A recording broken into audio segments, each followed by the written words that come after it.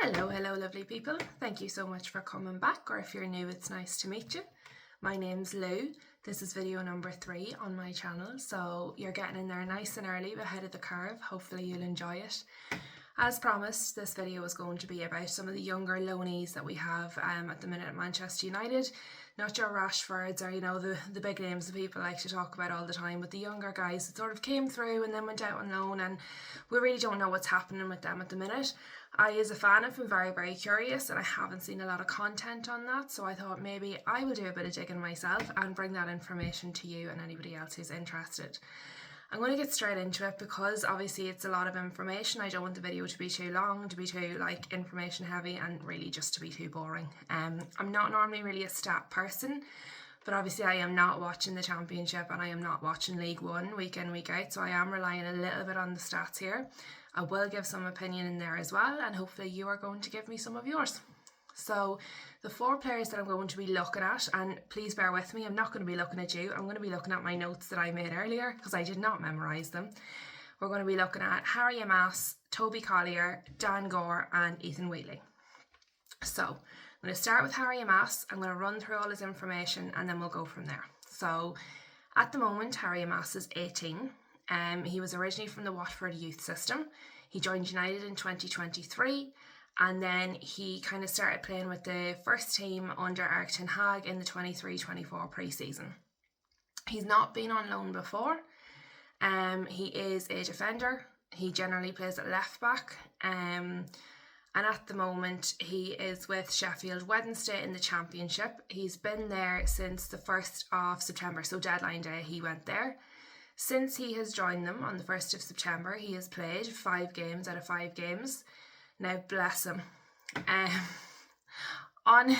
Sorry, I shouldn't laugh, it's terrible. But talk about a bad start, God love him. His first game, 6 minutes in, he scored an own goal. And then he had to be subbed off in the 65th minute. They had the little cross, when it's a medical substitute, they had a little cross beside him. But he went on to play every match since, and he's played full matches. So his first match of 5, he own goal and then was subbed off in the 65th minute, apparently for an injury. But then he has played the 4 games since, and he has played the full matches for all of those. So obviously whatever the injury was, it might have been a knock. It wasn't anything too serious. So we'll not panic about that. As well, Watford play a 3-5-2. So instead of him being in his normal position of a left back, he's not left of the centre. He's actually the left on the 5. So he's playing a little bit more further forward. Just so it is a slightly different position than what he's normally in. Now I have looked a little bit of stats because obviously he's played an awful lot of minutes. I did look at some of the stats. His pass accuracy is 71%, which obviously is pretty reasonable. His interceptions per game, he's 1.2 interceptions per game, 1.8 tackles per game, 6.8 ball recoveries per game, which seems okay. But his possession lost per game, 15.6 times. Now, I haven't done a lot of research on what that average is, but that sounds like a lot. So yeah, it's a little bit of a mixed bag. Every time I look at his start, I just feel so sorry for him, bless him. But after having a pretty atrocious start to a new loan, he pulled himself together. He's played an awful lot of minutes. He's obviously not picking up any injuries, so he's quite a consistent player. And considering, I know maybe not everybody focuses on injuries, but because we've had such a checkered history with injuries, particularly recently in the last few seasons with Manchester United, it's something that I do tend to look at with players. The stats I don't find massively impressive, and the possession lost I find actually a little bit worrying. So for me, the jury's kind of out. There's nothing where I'm like, oh my god, we need to get him back, we need to get him going, he's going to be better than what we have. There's nothing. Do you know when you look at a young player and you look at their stats and you go, yes, I want them to do it, I want them to, there's nothing that's making me go, yes, we have to get him in the team. So yeah, at the moment my jury's out, but he is only 18, and as I said, he's playing an awful lot of minutes, and for them to be starting him, either they have absolutely nobody else that can play that position, or they're seeing something in him there at Sheffield Wednesday. So let me know what you think of Harry Amass. Would you like to see him back? Do you think he needs another loan? What do you think? The next one I'm looking at, it's probably a position that we actually are looking at in Manchester United at the moment. Please excuse me, I'm going to cough. All done. So we're going to look next at Toby Collyer. Now, full disclosure, I'm a Toby Collyer fan. The bits we did see of him in the first team at Manchester United, I really, really liked him. I thought there was a lot of potential there, and he's playing in a position that we need people at the moment, because, sorry again to all the people, Bruno is not a defensive midfielder. Sorry, even if you think he's the best 10 in the world, he is not a defensive midfielder. So, and he's not an 8 either. He's a 10. So Toby Collyer is currently 21, so he's a little bit older than Harry Amass. As we know, he plays in midfield. He came to United from Brighton in 2022. He made his senior debut in 2024, also under Erik Ten Hag. He is currently with West Brom, also in the Championship. He has played 8 games, but he's only started one of them. His average game time for those 8 games is 21 minutes per game. So he has played a total of 170 minutes out of a possible 720 minutes that he was available to play. He seems to be getting subbed on quite often for Alex Mowat. Apologies if I have butchered that surname. But so he's basically seems to be, this Alex guy seems to be the starter. And then Collyer seems to be coming on in the latter stages of the matches and being subbed on for Alex. Now, I didn't go into injuries with Harry Amass because there wasn't really much to speak of, but something that was spoken about a little bit about Toby Collyer when he was at Manchester United was that he had picked up a few little injuries here and there, and it was a case of, okay, well, is our injuries going to prevent him from breaking through into the first team properly, becoming more consistent, So it was something I was quite interested to look at for Collyer on his loan spell. So the injuries I'm talking about there at Manchester United, he spent 22 days and 43 days out in the 24-25 season, so a total of 65 days out with injury. From he's been at West Brom, he's not had any injuries, but to be fair, if he's playing an average of 21 minutes a game, he's probably not going to get injured. I mean, although we can't really say that, we have players getting injured in like the warm-ups and on training, so he's not had any injuries for the minutes he has played. His ratings have been 6.4 to 6.8. This is based off SofaScore, so I'm sure Opta might be slightly different, but just to give you a general idea, he's playing slightly above average according to them. Now, my question here is, was this a good loan move for our player? Because when we're looking at loaning players out, it should benefit us and our player. Obviously, West Brom want to benefit themselves, and what they've got is a good substitute player for their number one starting Alex. But I mean, is it good for us? Is it good for Manchester United? Is it good for Toby Collyer? Because the whole idea of sending somebody out on loan is that they're getting minutes. It's not that they're sitting on a bench for the first team at Manchester United, not getting minutes, and we're stunting their development. So literally the whole idea of sending these people out on loan is to see what they can do, to see if they can kick on, and then to make a decision if we're going to keep them or not, or bring them back into the first team.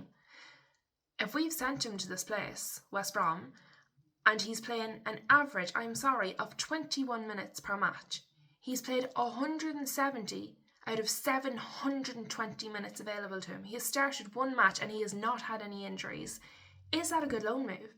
How can we judge him? How do we know? So when we get to the end of this loan, do we actually know if Collyer is good enough to keep? Do we know if we want to reloan him? How do we know what to do with him when they're not doing anything? So I don't know if I have and maybe I'm being a bit biased here because I quite like Toby Collyer, but I mean, how does this benefit us? How does this inform our decision of what we're going to do with Toby Collyer at the end of this loan?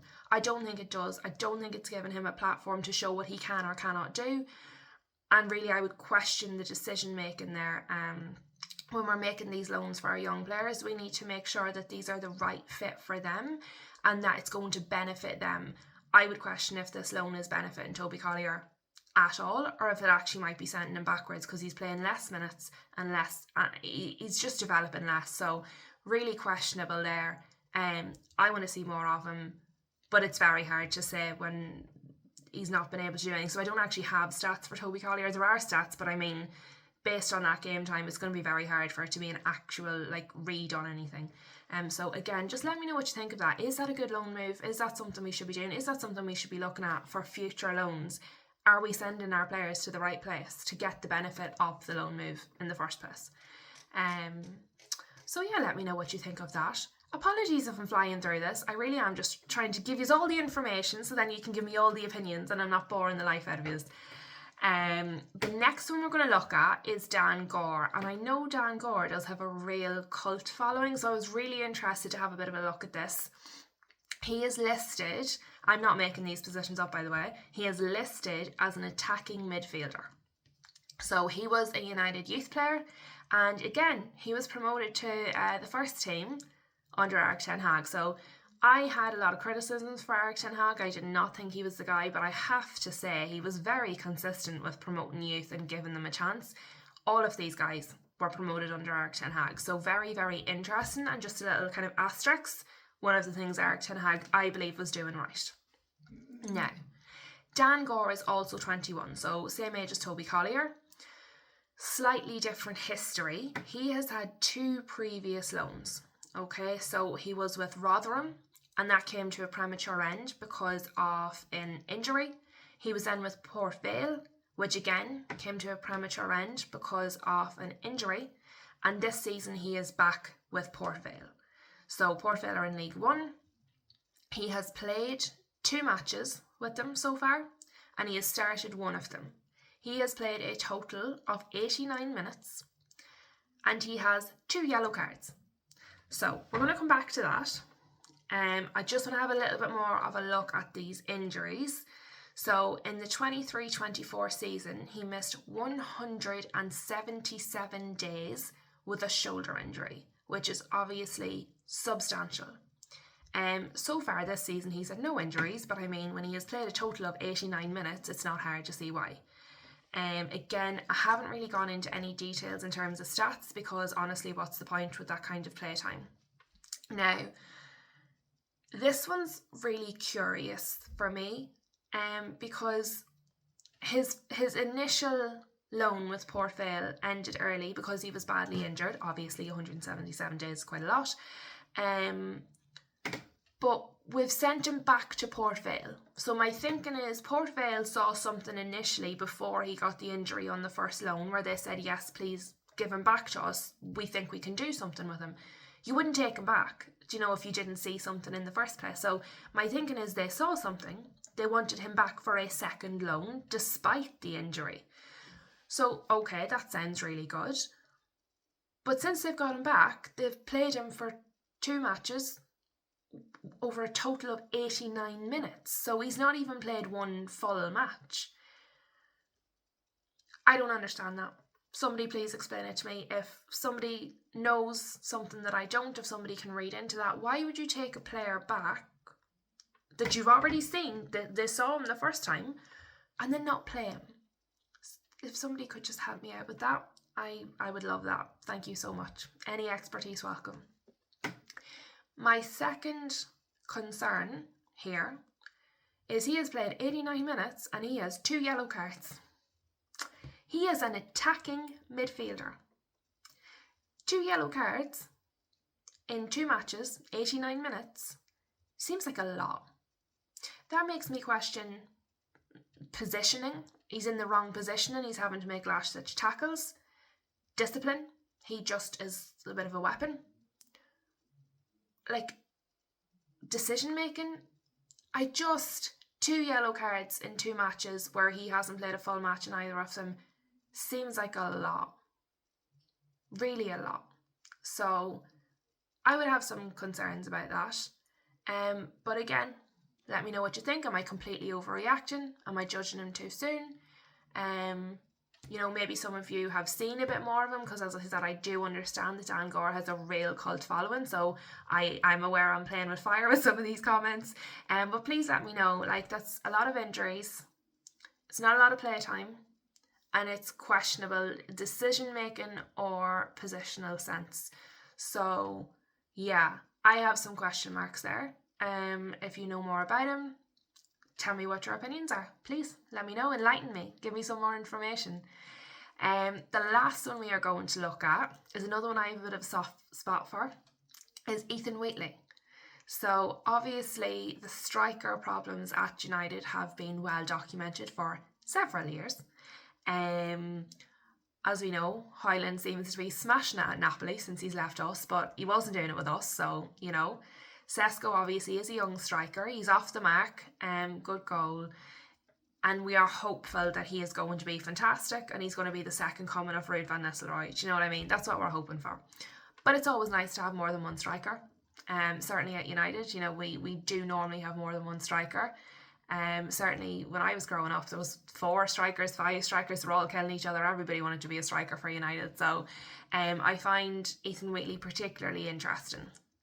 Now, he is 19 years old, so he's just a year older than Harry Amass, younger than the other 2 boys. He was United's 250th academy graduate, which is quite nice, and played regularly for the under-18s, under-21s. And you've guessed it, he was promoted under Erik Ten Hag. Erik Ten Hag was on a madness promoting all of these youth here. So he did have one previous loan. He went to Walsall. I've probably butchered that. I'm sorry. I'm very aware that I am not good at pronouncing some of the English place names. So please, again, correct me, laugh at me, laugh with me. I don't mind. It's okay. Apologies if I've offended you and you're from this place. So Walsall. So he went there in January of 2025. He then obviously spent the rest of the season there. And he has now gone to Northampton for the 25-26 season. Northampton also play in League One. Now, on SofaScore, it does list like the players' main kind of attributes, their main talents, and it also lists what would be considered their main weaknesses, or what are widely reported as their main weaknesses. So, under Ethan Wheatley's weaknesses, they have listed aerial duels and ball control. Those things seem like they would be good for a striker. Now I understand obviously defenders want to win aerial duels, but the other side of that is a striker wants to win an aerial duel. If you're putting a corner into the box, you want your striker to win his aerial duel and score the goal. So, curious. And ball control. That seems important for a striker. Now, what we saw of Ethan Wheatley when he was playing with the first team at United, I quite liked. I thought it was a bit exciting, you know, there was a bit of talent there. Maybe my eye test was just absolutely terrible. Maybe I need new glasses. But I thought he looked quite good. Maybe it was compared to what we had at the time. Maybe I was just sick of everybody else and he was a new face. But I mean, again, you're going off SofaScore, so maybe they're not accurate. If you totally disagree with those, please tell me. Please save my sanity and tell me that actually he's excellent at aerial control and ball control and that he's going to score all the headers. But yeah, I just thought those were interesting, specific weaknesses for a striker. In terms of injuries, there's not enough major note to report. And I do have a little bit of stats on Ethan Wheatley. So he has started 10 matches. And he's played an average of 72 minutes per game in those 10 matches for Northampton. So he's played 720 minutes. So that seems like a pretty reasonable sample size to get some stats. So in those 720 minutes that he has played, he has scored 1 goal. He averages 1 shot per game and 0.5 shots on target per game. He has missed 5 big chances. They have listed his possession loss as 9.6 per game. I'm not as worried about that in a striker as I am in a defender and a more defensive player. But just a little something to note. So what jumps out there for me is 1 goal in 720 minutes. That doesn't seem like a really big return. And as I said, my thoughts on it were Ethan Wheatley was a really exciting young player. He was fantastic in our under 18s and under 21s. That's why he came through. That's why all of these guys came through, as they were doing really well where they were. But that's not good. So something seems to be going wrong, because these guys are performing fantastically in our youth systems or other youth systems, and then they're moving up to the first team and it's all just going a little bit pear-shaped. Now, not every player is going to be able to make the step up, but these guys were all really, really good, and it just doesn't seem to be going well. Now, Toby Collyer, I have a question mark about the loan, about the team he's on the loan with, how they're using him, because there's not a lot of information there. The other three, though, it just doesn't seem to be working out.